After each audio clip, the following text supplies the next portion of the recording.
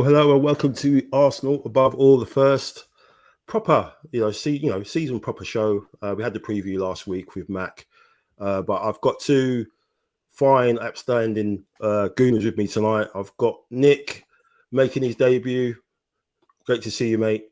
Thank you for the invite. Thank you for the invite. Yes, absolutely. And I've also got Neil, and he also goes as the most dangerous Arsenal fan alive, the Arsenal Jason. How you doing, man? You okay? Yeah, I'm good, thanks. Love the intro as always. Completely love all lies, but I love the intro. Well, Nick's gonna have one soon. I'll just give you time. I've got to formulate one in my head once I've talked to him. So that's great. But thanks and welcome, Nick. Lovely to meet you, buddy. Thank you, Neil. Pleasure to have you on, and thank you, Michael, for inviting me as always. No problem. No, great to have you guys, and also always great to talk about a win. No matter how we got it, we got a win at Old Trafford.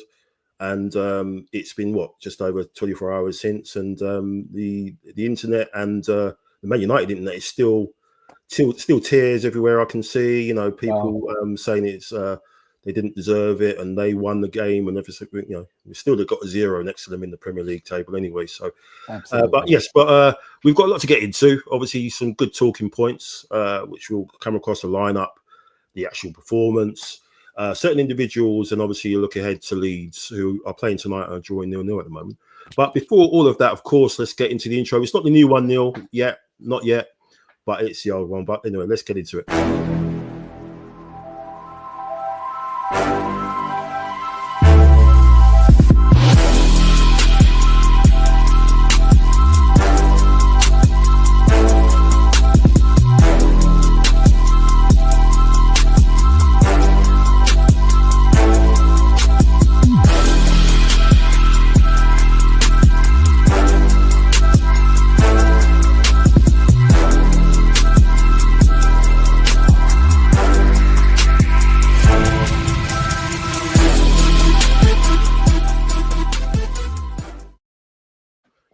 Yes. Welcome, everyone. Thanks, everyone who sent in so many great comments last show. It was really good stuff.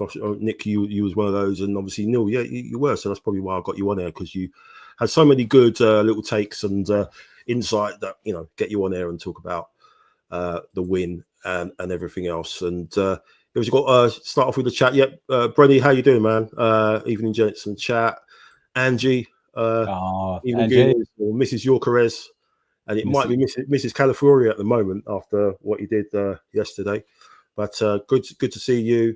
James is here as well watching. Thanks, one of the members of the Time Out magazine is one of the ones. But thanks for that. And Den as well. Thanks for watching us as well. Even good. So so let's get into it, guys. The everything was there, it's almost like a Sunday dinner, they had Sky Sports, they had their studio ready, they had the referees all in place. Obviously, Simon Hooper, as you know, had a bit of a run-in with Arteta when we played Aston Villa a few years ago, and obviously Arteta taking the mick out of him. You had was it Gillette on the as a fourth official there as well. Obviously, he's a big Liverpool fan.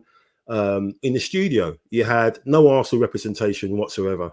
So everything was set. For Man United to make the the return to upwards after what they did last season, and it didn't happen. We basically peed all over their prawn sandwiches. Parade. Yep. And just as well, it's probably rat droppings in there as well. What's going on at Old Trafford, and we turned them over. And how many times have we seen Arsenal play Man United absolutely play them off the park, and then go, make that trip home on the M6 with nothing to show for it. Yep. I'll start with you, Nick. Just your thoughts on just we'll go into the lineup. I mean, obviously we went through the lineup last show with Mac, and I think the only thing we kind of weren't sure about was the left back, and we went with Calafiori. But what was your thoughts on that, and just how that played into how the game sort of opened up? So for me, I felt Calafiori was the safer choice, considering everything that you just said going into that match, how we're up against the refs, all the rest of it. MLS, I feel like that was protecting him potentially from inevitably picking up a card early. I think it's very easy for a referee to give a yellow card to a young player. I feel Calafiori at left back, I'm still great player, but I think he's a brilliant left-sided centre back who can play in a back three and a back four. Yeah. I feel that sometimes at the left back he looks a little bit stiff against tricky wingers, particularly on the edge of the box, where he's trying to commit his body shape to defend. But I felt Harry moved forward and into the midfield probably impacted why we look so shaky at the back. Yeah, Old Trafford is a wide pitch, and I felt like there was instruction needed because Ben White was also coming in, so we was losing that control. We was kind of moving around. Man United kept it wide. They knew Emery had briefed them. They kept both their wingers out wide there. Yeah. And where they played a front three, they could double up in an area, and it was predominantly the left that they were targeting. Yeah. And I felt that was kind of maybe needed a tweak by Arteta earlier, or instruction to kind of settle us down.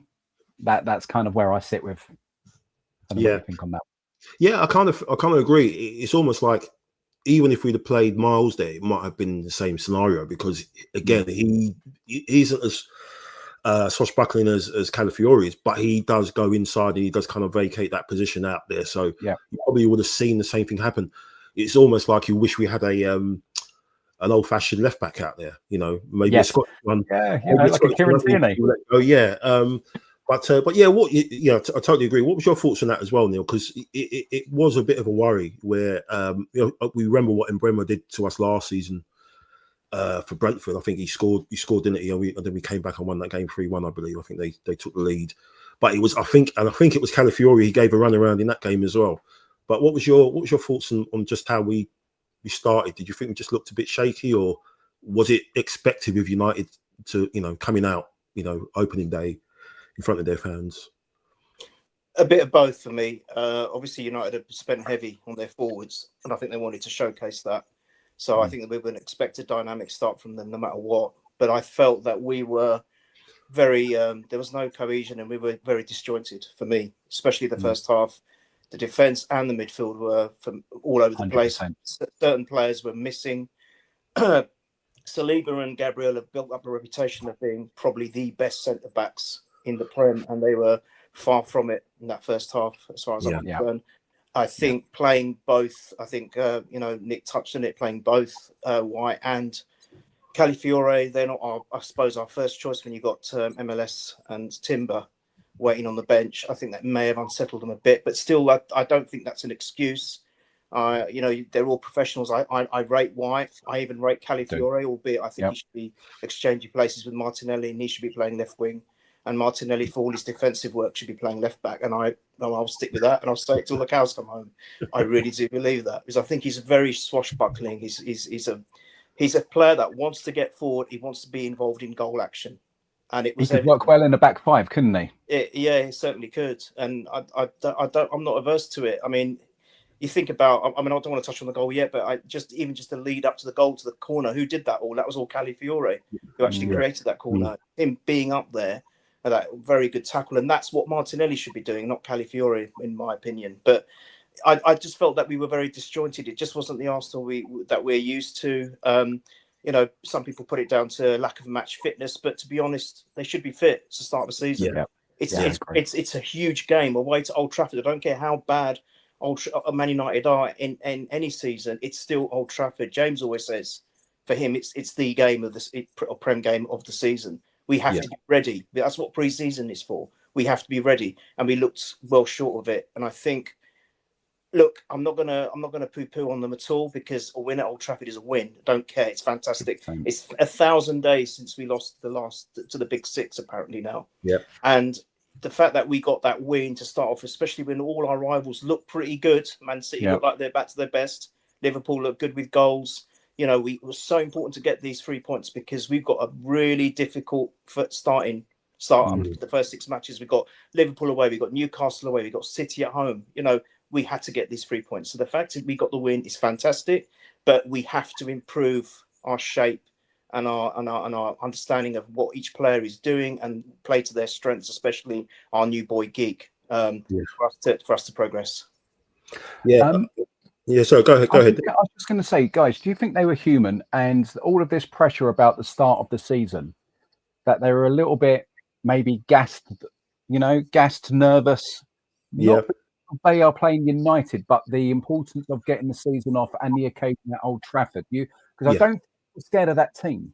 But the occasion, did the occasion get to them? And that's what I'm kind of wondering a little bit with the team, because there was too many that didn't.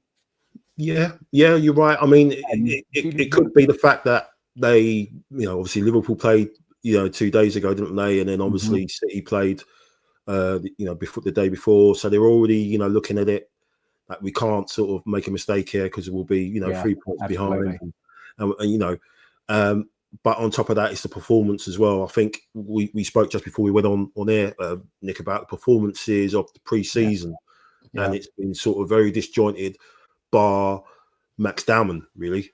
Apart from him, and maybe Ethan looking a little bit lively as well. I think it's kind of been a bit, not stale, but it's almost like there's a team trying to play a different way, and because obviously everything that happened with Gyökeres, kind of put a delay on that. It would have been ideal if he was 2 weeks earlier.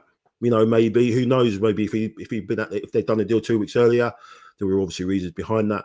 But I think it's all sort of compounded into itself. Everything's got kind of a mishmash of it, and it resulted in what we saw yesterday, in just terms of. But we'll go on individually now on certain individuals, and I think Calafiori played really well, as you guys mentioned. Going forward is really good. Again, defensively, he does pick up yellow. It seems like he picks up a yellow card every time he plays, which is a worry, isn't it? Because as soon as he's done that, and we know the way he plays, it's just always a danger. You always thinking, well, he's not going to last 90 minutes. He's going to get dragged, after 60, 70. But I'm just trying to think. I don't know if you agree with me. I just think maybe the only players that sort of could come out with anything yesterday was maybe Odegaard, and obviously Calafiori. I think Gabriel in the second half, Rayo as well. But I think, and then maybe Zubimendi found his feet in the second half. But I think apart from that, I'm not sure. Maybe Ben White sort of kind of did well, considering what he was up against as well. But struggling to kind of think of anybody else that kind of stood out. I think when you mentioned what we said about Baka when we was waiting to come on, and I think that we all got the Arsenal fan reaction to this has all kind of been the worst bits of last season played out a little bit in this match. It was like a microcosm of what we've been experiencing as fans. And there's that concern, because there was 1 moment in the first half that kind of summed up my frustration with it. And we mentioned, and it was when Martin Odegaard was bursting forward with the ball, and it was like, pass the ball. He got tackled, and it was a dangerous counter-attack. But at that moment, we had Martinelli and Saka on both wings, or a little bit more set in central. There was almost like an inside forward, wasn't they? Yeah. And it was just like, make a run, guys. Peel off your defender a little bit. Do something, because in that moment, it looked like Odegaard was awful and he could have released the ball. There is mitigating circumstances. Yeah. But they didn't do enough to warrant the part.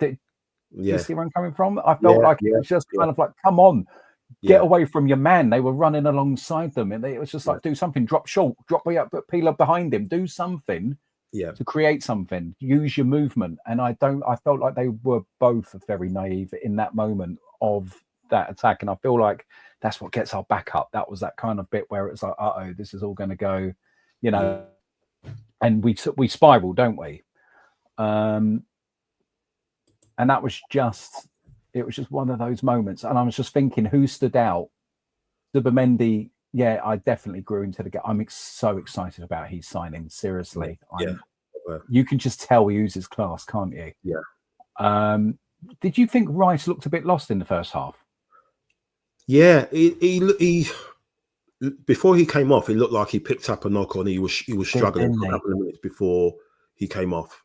Yeah. But he just didn't look himself at all throughout the game. He was giving the ball away. He was very hesitant. I just think, again, I just hope he hasn't. Last season he started this way. He was very sort of sluggish, and he got that red card obviously against Brighton, didn't he? And then it kind of went from there. And it wasn't until the second half of the season where he sort of turned it around. Kicked on, yeah.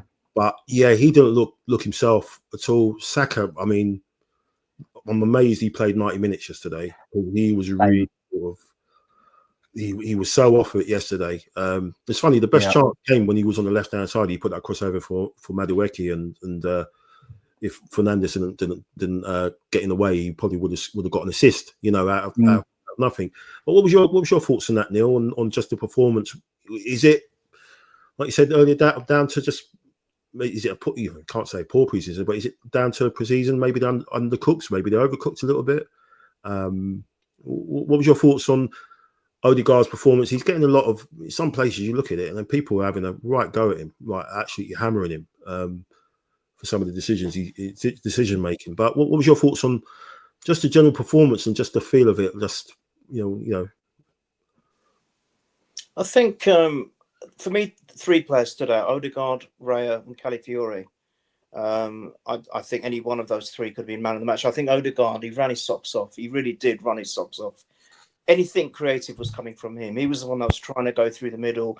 Nick just came out with a great example there. And he was back to almost being himself, being a bit of an orchestrator. I've given him a bit of stick as well in the past. I'm always still, I don't know what it is. I think because he reminds me of my favourite Tony Adams. I always feel that Declan Rice should be captain. I just would prefer that. However, that's not a slight on Odegaard at all. I think Odegaard he's a class act, and he has been known or accused, and this isn't from me, not showing up in the bigger games. But I thought he was by far, our best outfield player. He was I think I noticed right at the end of the match, it'd been a hard slog, and he was right back there running his socks off all over the place. He was. I think this is what it is with Odegaard. He's not vocal as a captain, but he leads by example. He leads with his feet, and so I've got no complaints about him. I mean, he had a good shot. It was unfortunately he caught a little deflection, didn't it, and it went straight to the keeper. But he was involved in a couple of good moves from what I remember. So I think I can kind of say, no, you're right. You can walk away with your head held high. It's the Sakas, the Martinellis, Rice, a couple of other players, which I just found wanting completely. Saliba was off yesterday as well. Saliba was. Yeah. I think both Gabriel and Saliba were, but I think they got a little bit better in the second half, a bit like what you guys are saying about Zubimendi. By the way, Nick, I agree with you. I think for me, everyone's really excited about Geek. I think it's Zubimendi. I call him Scooby. It's Scooby that I'm really looking forward to.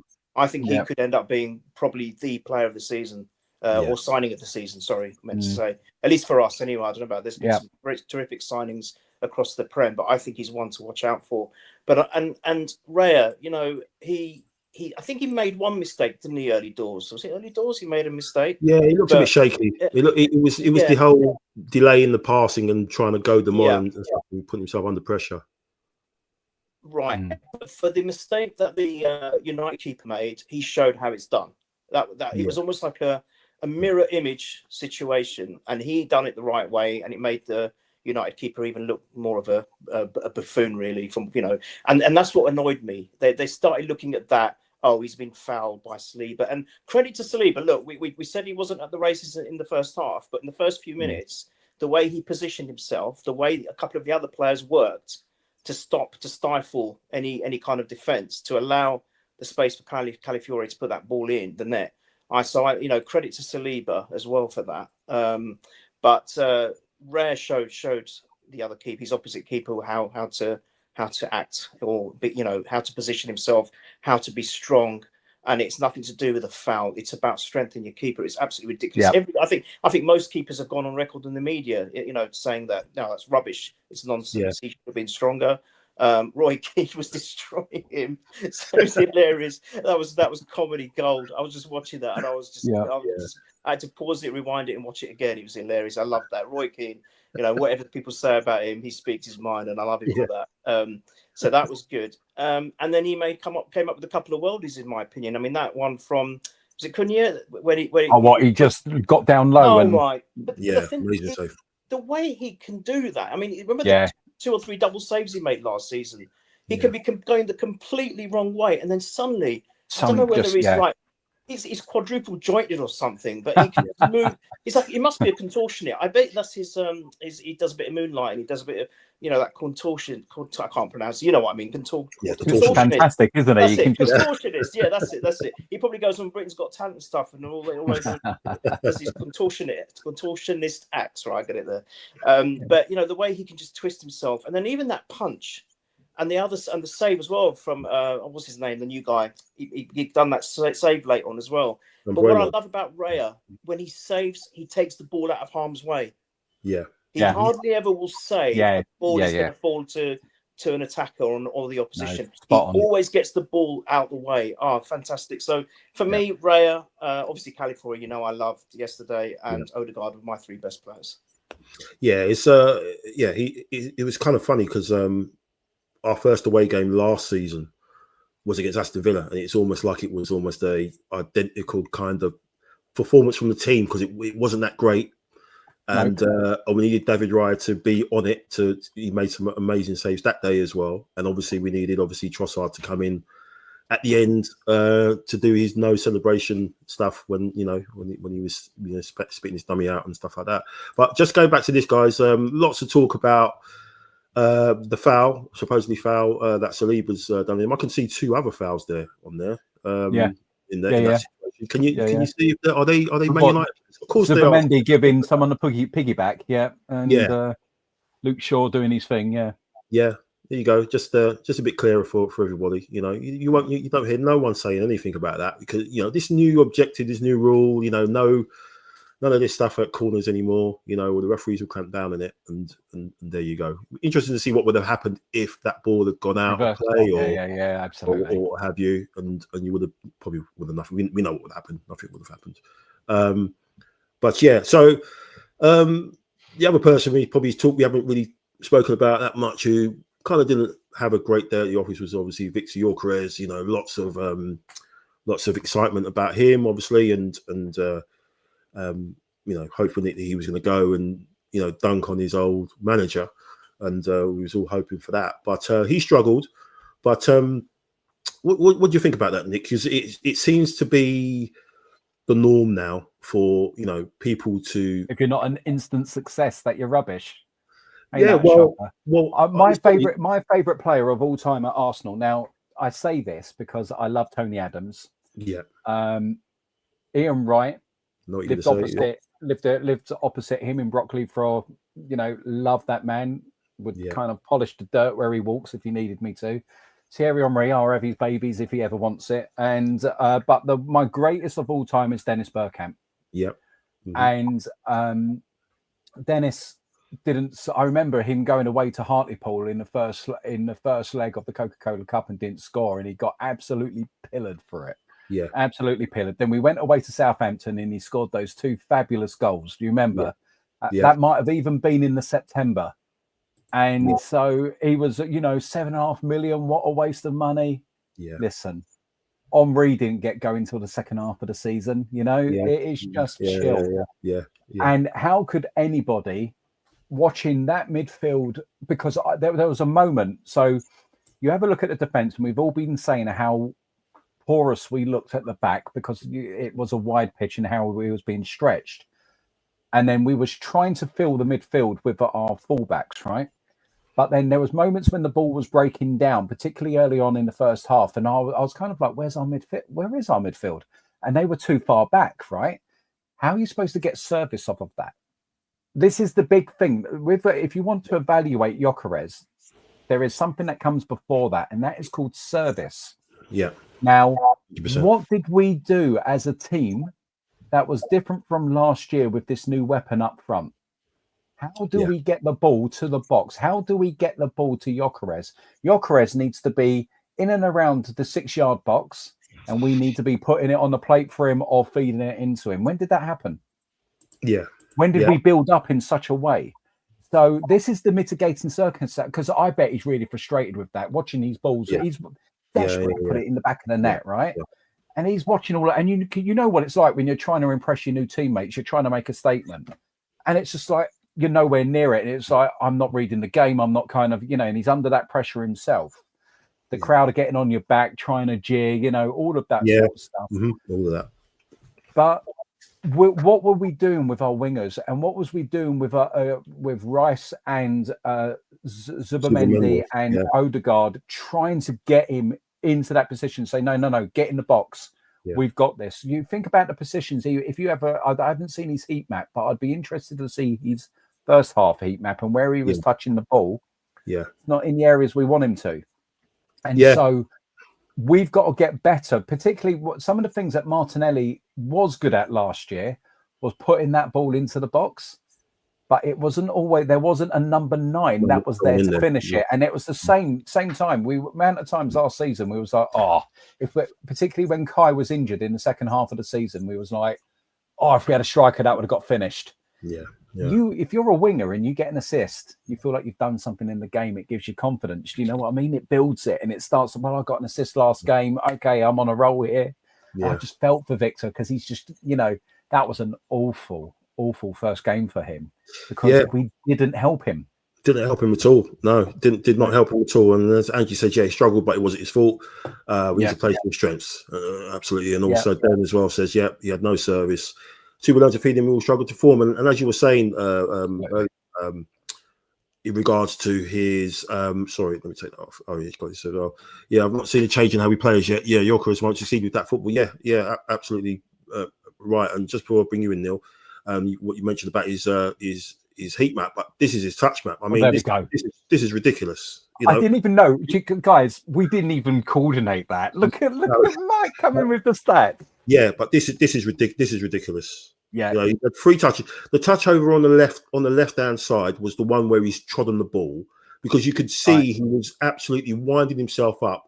He weren't going to pass to nobody. He was going to have a hit because that's the first time since his last game at Coventry, which was the playoff final against Luton when they lost, and he scored the penalty in that game.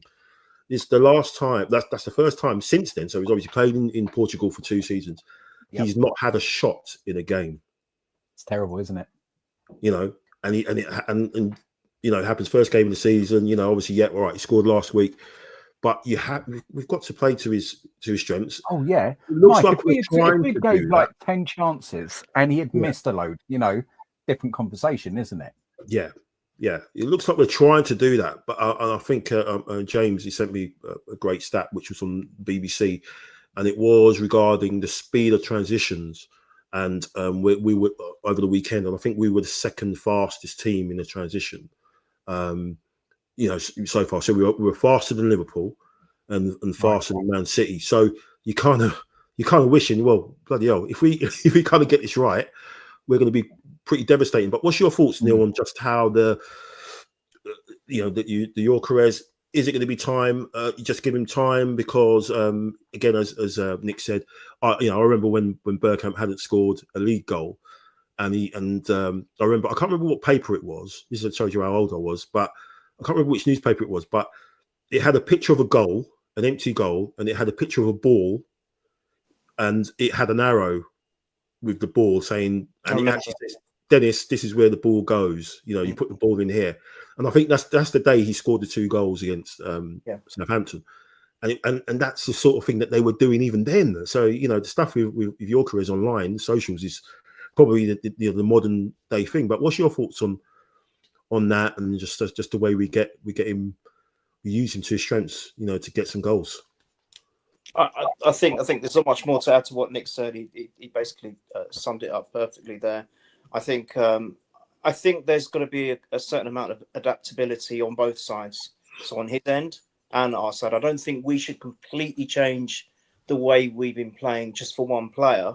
And at the same time, he's got to have a bit of adaptability as well. And they've got to get that sorted out pretty soon, because as I said to you earlier, we've got some seriously big matches coming up.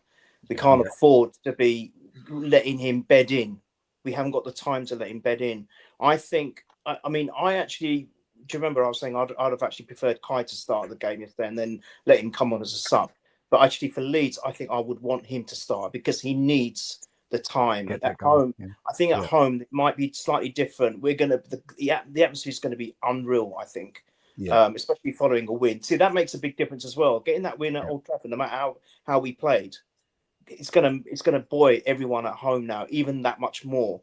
I think it would have been a very good atmosphere anyway, but I think it's going to be that much more now, you know, following that win there. And I think it's probably the best place for him to be to start that game. And hopefully, just with a couple of tweaks, it's got. See, what you said earlier, Nick. This is exactly what I was saying on the WhatsApp group. I was like, "Where's our midfield? There was no midfield yesterday. It was non-existent. So how can he get the service if there's no one there apart from Odegaard, who's trying his hardest, but he can't do everything. You know, Rice again. You know, and Zubimendi, who we think is going to be, for me, I think he's the one that's going to link up best with Gyökeres. I think you just watch the number of assists that Scooby gets for Geek. I think it's exactly, that's it. That's exactly it. He just did the motion. That's exactly what's going to happen. And I think if that starts clicking, or when that starts clicking, we are going to be devastating. If you're telling me, Michael, that we're the second fastest in transitions, once we start using that to our strengths and to our advantage, I think we're going to be pretty tough to stop. And, you know, Saka can only get better. You know, Saka's world class. You know, he's had a bad game. He's not going to have a bad game every game for the rest of the season. He's world class. Rice is going to get better. All these players are going to start hitting form. And when they do, we're going to be some unit to beat. And I think that's where you're going to get the best out of Geek. So I'm not panicking. End of the day, we still got 3 points despite whatever he did.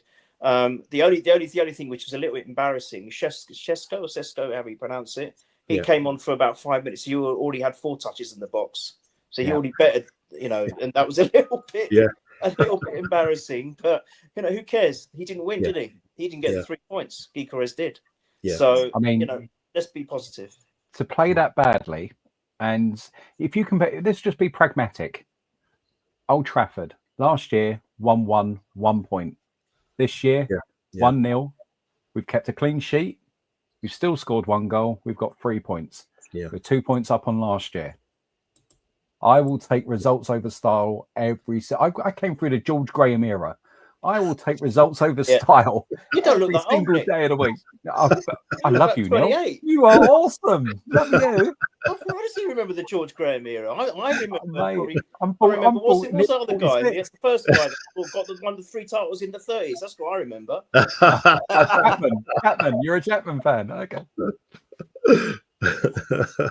But I'm pragmatic. There is that pragmatic bit that comes through me where I'm like, if you're comparing, and that's Arteta and the team, they go back in and they go, right, we've converted 1 point into 3 points.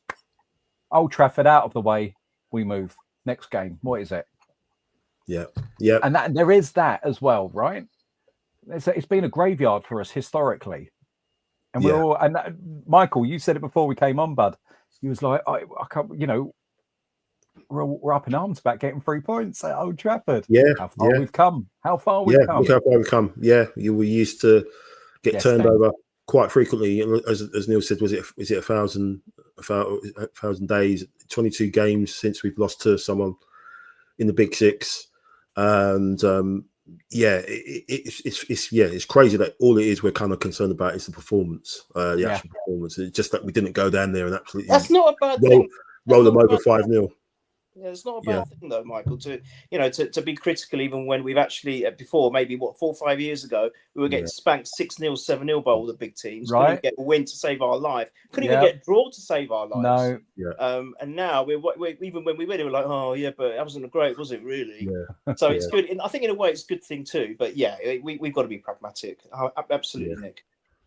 Yeah, it's kind of crazy that every Premier League win that we've had there have all been 1-0 as well. I don't know. That's just some mad sort of. I think. You know what it is though? We're just hungry to revenge that 8-2. Let's be honest, aren't we? That's what it is. We want to pull their pants down and absolutely pump them like 6-0, and then just walk off like, that one. You know, that's what we're desperate for. That's what we're desperate for. You know why? Because we've seen Liverpool and City go down there and actually absolutely 5 and 6s as well. We always play the best version of every team.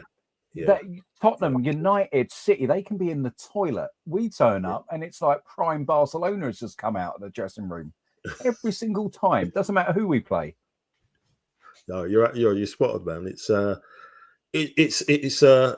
lovely just to see the tears as well. You know, they were speaking with a lot of chest before the game. You know that was going to do this and all that, and their new forward line, and they looked a bit interesting. You know, Cunha and Mombreno looked quite lively. Have a good season.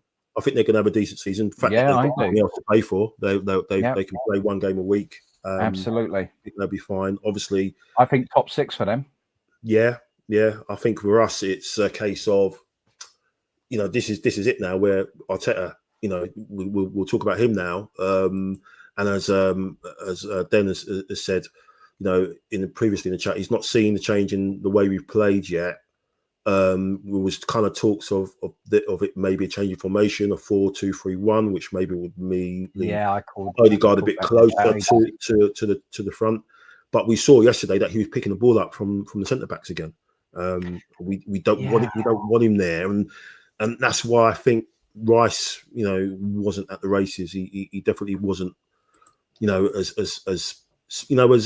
energetic as we usually see him, bouncing around. He's had his head down a lot yesterday. I don't know if you noticed that. Every time the camera cut to him, he had his head down, and he looked like he was peed off about something, or he was nursing something. He was nursing himself through the game. Maybe, I don't know, because Norgard wasn't there, was he? He wasn't on the bench. No. So he would have started for me, or been subbed. Subbed. I would have the way Rice was. I would have brought on Norgard yesterday. Yeah, and he obviously brought Marino on for him, who's a bit more, more not as mobile though. More mobile. Yeah. I do like him though. I like him a lot. He has that habit of getting a goal. Yeah. Do you know what I was expecting with Gyökeres? A bit more like, how he used to play with Giroud up front and people feeding off him? Yeah. Pumping that ball. Like, if you're going to do that, pump that ball up. And then how Ramsey, do you remember how Ramsey used to play off him? Yeah. And had that brilliant, where it was just, I was expecting a little bit more like that. And it's just kind of, because the way Zubimendi plays the ball forward, he's got such a good forward pass on him. And he was quite higher up the pitch than I expected. And I just thought there would be a little bit more trying to run beyond Gyökeres and bring him in, like cutbacks, that sort of stuff. And I just think still they're still getting used to playing with him. It's all well and good doing it in training and everything like that. But when it's the opposition, like United, they would have been. They would have been drilled into, Amorim would have told them everything about him. They would have said, he's just got to be physical with him. He saw De Ligt, a couple of times he came off pretty bad. He got bounced out nearly out the stadium. He got the strength. And then obviously a couple of times the referee just let a lot go when, you got Gyökeres was the typical ref in an Arsenal game away up north, just let everything go. And, Zubimendi, getting an elbow in the face after a minute, play on, nothing wrong with that.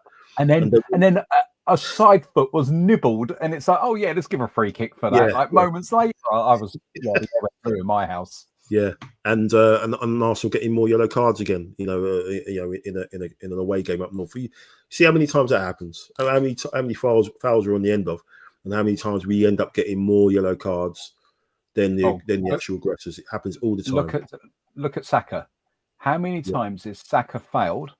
And you have a look at that. How many times Saka is fouled and the opponent is booked versus how many bookings Saka picks up? Saka picks up so many bookings. One outweighs the other, yet he's more fouled than crazy. We're always playing 12 man. Come on, just some. Yeah. I know people go, "Oh, we're Arsenal fans," but it's true. We're always playing 12. Have been for many teams. So, what about Saturday night, gents? Neil, are you going? Are you going to that game? I was going to, but I've something to come up, so I'll be going to the Forest game, my first time. Okay. Cool. So not going to that one. I'll just have to watch that on the telly. Do you want just my thoughts on it? You've already said you would stick with your careers up front. I think so. I think because we need him to. Kai, look, for me, as soon as Kai came on, he looked all right. I don't have any problems with Kai at all. I think when he's needed, and if we need something different, and he can provide that, and he really does put everything into his performances as well. From what I can see, he works hard. He gets about. He gets in people's faces. He's a strong lad. He kind of reminds me of Giroud as well, Nick. He's a strong boy, and he can cause problems. Yeah, he's not the most prolific finisher in the world, but he can make a difference. So I'm not worried about Kai getting pitch time. I think Geek needs it, and so I would stick with him. And change to the left.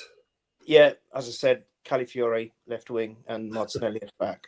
That'd be everyone thinks I'm mad and joking. I'm telling you, Martinelli is a blooming good defender. By the way, Nick, when Martinelli came on board, I thought he was going to be the best striker in the world. I loved him. You ask anyone who knows me, I've always backed him. I've always wanted him to do well. I just haven't seen progression in him. I know he got injured. I think his best spell. Lost confidence. Yeah, I think his best spell was when he was partnered with Tierney, a traditional left back.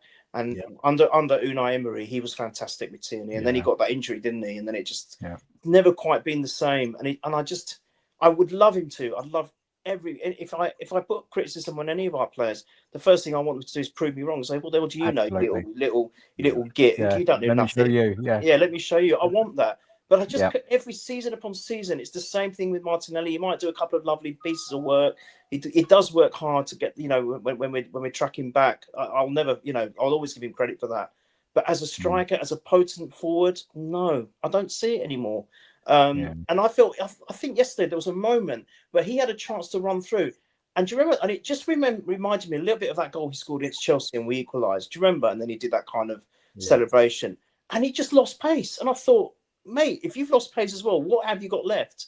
And I don't know. So, all right, look, all joking aside, I mean, I know that's not going to happen, but that's my heart saying it. But I think, to be honest, I think the team is okay as it is. My only concern is I would want to see Ethan come on if Saka is not doing it again. Yes. He's got to start playing Ethan because Ethan looked lively in the preseason. I think one of you mentioned it. Yeah. And I think he needs to come on. And I think at the back, I think I would, if not change both White and the combination of White and Calafiori, at least change one of them because I think they looked more settled when Timber and MLS were on the pitch. Yeah. MLS has got to take out that side of the game where he's susceptible to getting a yellow card. He's got to get that part of the game. He's got to move. Yeah. He's got to. But apart from that, I don't think there's many more other tweaks that I would make. I would leave it as it is. Give the guys another go. See how it goes. But then look, we've got a strong bench if changes need to be made. But Arteta, make the blooming changes. Don't sit there waiting on it.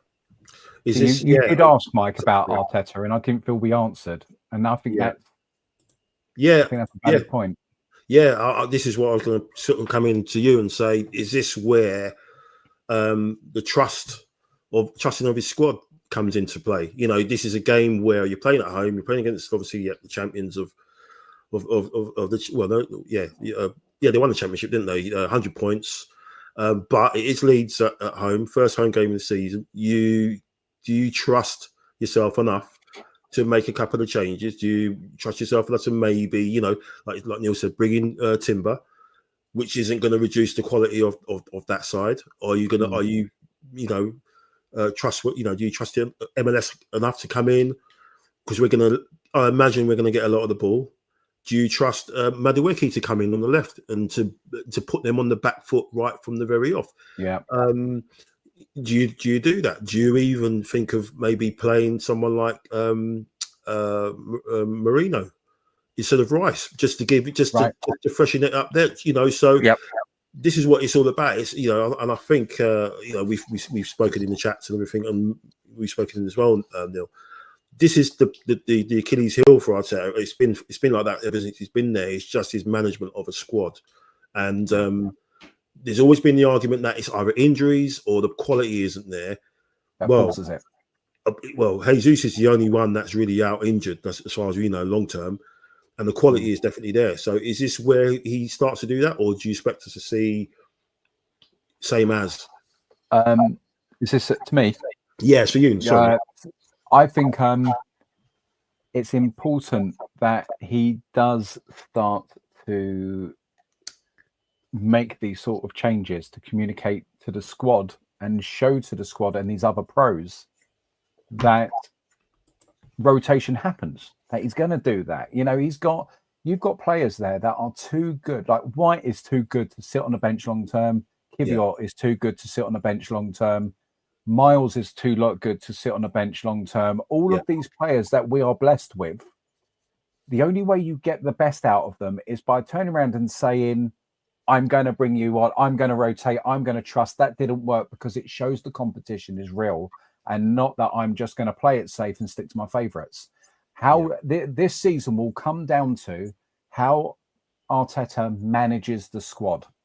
100%. How he rotates, how he motivates, how he keeps these players that aren't playing regularly engaged and ready to have their input. You think about the Wenger years, and he would bring in Alex Mangana for David Seaman or whatever it was, but they were always ready. Kanu, look at Kanu now, right? Yeah. Beautiful player. Yet he sat on our bench waiting for his time to come on. Wiltord. A player like that, Wiltord. Yeah. Right? And so that's what he's got to do. He's got to get these guys ready to deliver. We can't have that we bring on a Trossard if he stays. And so, for instance, like we have done last season, and it feels like there's a bit of a sulk there, and it's kind of like a 6 out of 10 performance. And you're like, did that really make an impact in the game? Yeah. And I think that's what we've got to be looking for. Players step in and make an impact. Yeah. Don't worry, if Rice isn't great, then Marino comes in. He's like, I've got this, or whoever we're going to play in that position. And that's what we've got to have. Whoever comes in makes an impact, because it's like if Timber comes in, he's going to lay down a marker to White and say, I want this spot. Yeah. If MLS comes in at left back, he's going to say to Calafiori, hey, I've got this, and that's what we need, because that's how the squad moves forward. Yeah, absolutely. In competition. Absolutely. Yeah. And as Neil said, it's you want to see people, you want to see Ethan get time as well. Obviously, he didn't, get on the pitch yesterday. Obviously, Max wasn't in the squad, but he was there. So again, he's an option. What do we do with him? Because obviously you can play him in the league. You can't play him in the Champions League yet because he's not 16. So, but you can play him. You can play, and then he's the sort of he then becomes. Does he then become a replacement for Saka if he comes out of the game? And then that means Madueke really is that left winger that people have kind of said, well, that's where he's going to sort of cover anyway. He's going to take Martinelli's place because that's the quickest way to get into the team. It's interesting. I can see him maybe starting Madueke against Leeds, because I just think he wants to put it on them, really have them on the back foot and have someone that can actually beat people, in tight spaces, can beat people one-on-one. Whereas Martinelli, we know he needs a lot of space, and when he hasn't got it, he just basically becomes a defender, doesn't he? He becomes a two changes I would make. I agree with you. Put Madueke on the left wing. So he's determined, needs to prove himself. I think Martinelli's performance justifies the change. And then it's like, right, we're going to go. And the other one that I would do, if Rice isn't quite right, let's put Miles in the left 8. Yeah. He will cook. he will cook. Yeah. That ability to get forward with the ball that he's been doing from left back, where he hasn't got that direct defensive commitment. I honestly think the guy he's a midfielder. Yeah, so let Calafiori play left back, or Timber. Timber can play there. Yeah, Timber can play there. He played there pre-season, didn't he? He can play there against Athletic Bilbao. Dan Thanks says this season the massive test of Arteta's game management. A good squad. He has no excuse to rotate better. Yeah, absolutely. And that should also help with injuries or not overplaying. Because I think I've said to you, Neil, and maybe in the other group as well, Nick, the whole thing of this of the elite teams now is get into March, April, May, the running, the whatever you want to call it the running or the championship rounds of the season. It's like when you're a boxer, you're in the championship rounds. Now this is where all the work you've done is no good, if you can't do it in right at the end, or you get knocked out. And it's all about getting as many as your top guys fit in that running, because that's what's happening. If you look at all the teams that look at PSG, look at their team. They had all their top boys out. You know what I mean? He's as Dan said, he's absolutely spot on. He has to. This is it. This is all on Arteta. If he drops the ball here, and not only on the playing style as such, I just think the actual squad manager is even more important. Yeah, because it kind of shows that he's experienced in that. If you've got a more experienced manager in there who's been around the block a bit, knows how to keep people happy and engaged, as you said, Nick. Because you look at people like Zinchenko coming out with what he's done. We've seen Trossard look a bit sulky as well. It's almost like he ices people.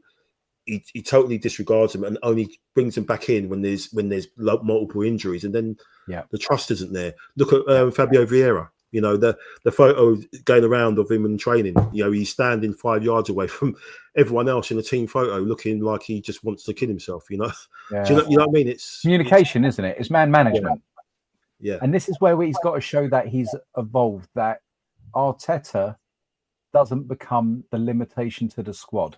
When he started, the squad was the limitation to progress. Now we've invested and we've got a blasted good squad. You look at what he inherited compared to what we've got now. Yeah. And now it's got to be that he's not the limit. And that's what he's got to prove this season. I'm sorry to say, he's got no excuse. He's got no excuse because you said just a second ago, Michael, that we should be an elite team. We've got no reason not to be an elite team. And the elite teams go far in all the competitions. Yeah. So there's going to be plenty of opportunities for each of these players to get a chance. And I think someone put it in the comments, it also helps with injuries, that rotation. It keeps the players fresh. It keeps on their toes. But more importantly, as you guys have said, it builds a trust between the manager and the players. And if he's saying to them, for me, what makes it a championship winning unit is everyone chipping in, every single person in that club chipping in. So the players, the management, the backroom staff, the coaches, the whole lot, everything has to work. Everything has to click. So if you've got players that are being treated in a way that, we'll only bring you on when there's an injury, or I'll overlook you today, or you're on the bench. It's like when he took those 3 kids to that stupid rubber game against, was it who was it against when we were was it the Europa Cup? PSV. Yeah, PSV. We took those three youngsters. He could have played them. He didn't even give them a second. Absolutely. Nathan Butler-Adoje. Right.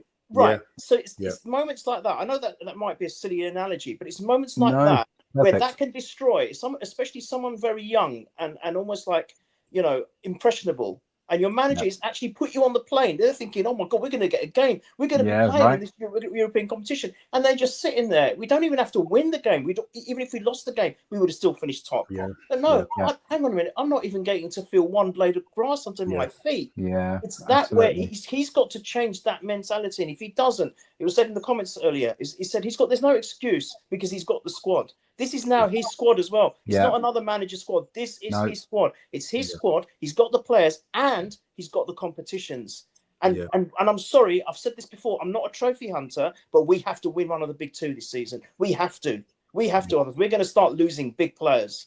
They're going to be thinking, hang on a minute, I love this club, but do I really want to be here? Because my career is going year by year. and I know that I could go somewhere else and have a better chance. So the manager has got to be smart. He's got to be cute, and he's got to rotate. Even if a player has done really well, another player on the wings who could be challenging him has to get a shot, even if it's for a cameo 20 minutes as a substitute. He has to have that, because who knows, he might put on a performance which will then let him play in the Champions League in the next few days. Yeah. We won't know that. We won't know that if they're not playing. Ethan, for example, don't play him. No, we don't know. So what you've got to. He should have played. Why didn't he come on for 10 minutes yesterday or 15 minutes? There was no excuse. Yeah, I think you're spot on, and you can't. This is what I was saying against Leeds or whatever. That's no disrespect to Leeds, but you're looking at maybe a couple of changes, just at least 2 changes, maybe just to keep people ticking over. But some people will say, well, why change it? You won. Obviously. After that, you're looking ahead. You've got Anfield, haven't you? You've got Liverpool, and I think you want the likes of Timber to be back for that. You want probably Miles back for that as well, maybe. I know Calafiori is so great going forward, but on that, we know who's on that side. On that left-hand side, if he goes wandering and someone pings the ball over into that space, we know who he's going to drop to, and we know what he can do. So it's going to be interesting. But like I said, I just think now this is the point. Let's see what he does on Saturday. Let's see if he rolls the dice a little bit. Without disrespecting Leeds, because Leeds are a massive team that historically are a massive team. Let's face it, and they're on their way back, but they're still finding their feet in the Premier League, right? Yeah. This is when we get ourselves ready for Liverpool and get some feel good in certain relationships in the squad. That's what I'm looking for Arteta to do. So whether that is Zubimendi and Gyökeres clicking, or Saka finding his feet, or if you're going with Martinelli for the Liverpool game, you've got whatever you're going to do for the Leeds game has to feed the Liverpool game. You're looking to kickstart a few things. You're kind of trying to make a few sparks to build the fire, right? And so that's what he's got to use the Leeds game for. He's got to get some of these bits clicking so that we are going to Anfield feeling like we can get something done. Yeah, 100%. And speaking of Leeds, they are winning 1-0 against Everton. They've just taken the lead a couple of minutes ago. So again, absolutely no disrespect to Leeds. They're going to obviously bring a big following, and they're going to, maybe try and enjoy themselves a little bit and try and interesting to see what they do and how they approach the game. But no, thanks guys. It's been a brilliant chat. Really, really enjoyed it, Nick. Really, really loved your insight as usual. Great stuff on your debut. Great performance, and Neil as well. Yeah, great stuff from you as well. Great impassioned stuff about Arteta at the end there as well. 4-0 Leeds, by the way. 4-0. Well, there you go. Yeah, Neil with his big score lines. It's not Arsenal anymore. In charge. It's not. We're not Arsenal football. 4-0, man. Come on. Yeah. Okay. 2 for Geek, Calafiori, and Timber. That's my 3 goal scorers. Nick, it's a pleasure meeting you. Oh, lovely talking to you. What an amazing debut, eh? Yeah, great stuff, Nick. I hope you enjoyed it. Hopefully you like to come back, man, in future. Oh, absolutely. And, anytime you invite me, I'll be there, buddy. Be part of the team, yeah. Thank you. We'll sort out the contract and everything. It'll be a bit quicker than the Gyökeres saga. We'll get the contract out for you. In a couple of seconds. And we'll go from there. But I really appreciate that. Thanks for everyone watching. Thanks, Angie. Thanks, really appreciate you for that, and also to Den as well and everyone else watching. We will hopefully be back maybe for a quick recap after the Leeds game. I know it's a late kickoff, but we'll hopefully try and have a little bit of a recap just on what's happened. Hopefully, talking about another good win. And because I'm going to be driving to Manchester, a week late, driving to Manchester just to stay over with some good friends who are City fans, City season ticket holders. So it'd be good to have an interesting chat with them to see how things are. We normally don't talk to each other after the second night we stay over, but no, they're really good people, and we're going to be staying over there. So I want to try and get something out. Even if it's a short one after the Leeds game, and then of course the big build up to the trip to the Champions after, and nice early test, another one. It's crazy, isn't it? Then we've got our three away games. Newcastle, Liverpool, Man United. But they'll be out the way. They'll be, and if we get some, true, but it's mental. It's absolutely insane. Everything has been so set up. Just to get us, on the skids. Right, and they will fail, because we're winning the league. All right, there you go. Yeah, fingers crossed. No, thanks very much, guys. Really appreciate it. Thanks, Nick. Thanks, Neil. Great stuff. We'll be back hopefully on Saturday. And all the United fans, dry your eyes. It's only game one. You've got another 37 to go. All right. Absolutely. All the best, guys. Up the Arsenal. Up the Arsenal. Newcastle, the central figure again, and he looks to trick Michael.